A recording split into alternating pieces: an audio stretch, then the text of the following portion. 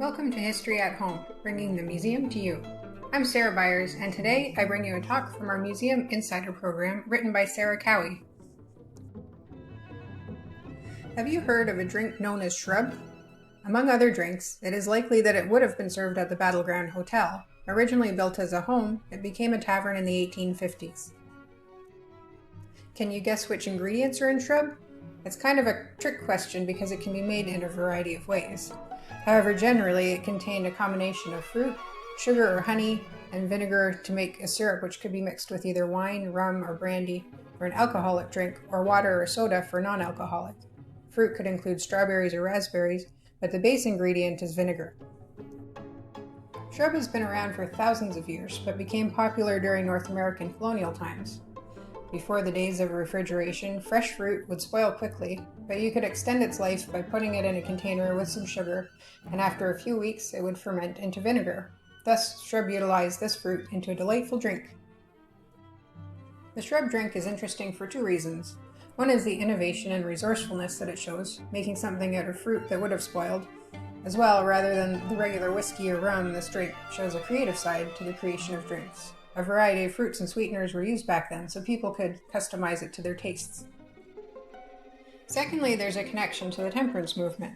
As the temperance movement took hold in the late 19th and early 20th century, Shrub was further popularized as an acceptable non-alcoholic alternative to beer and hard liquor.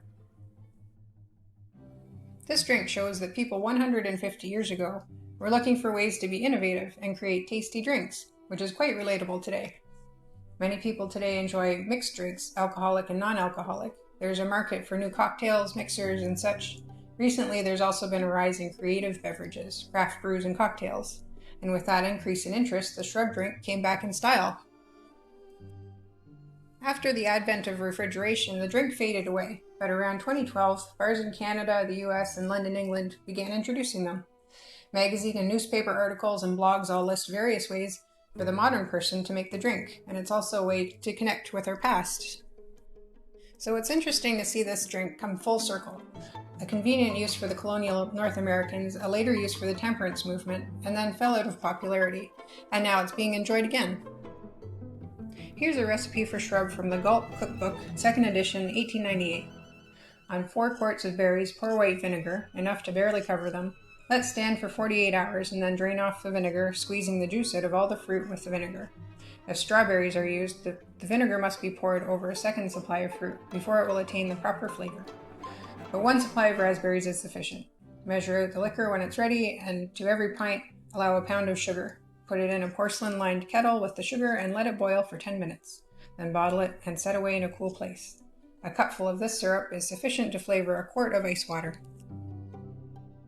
Thank you for joining me for today's History at Home. I'm Sarah Byers.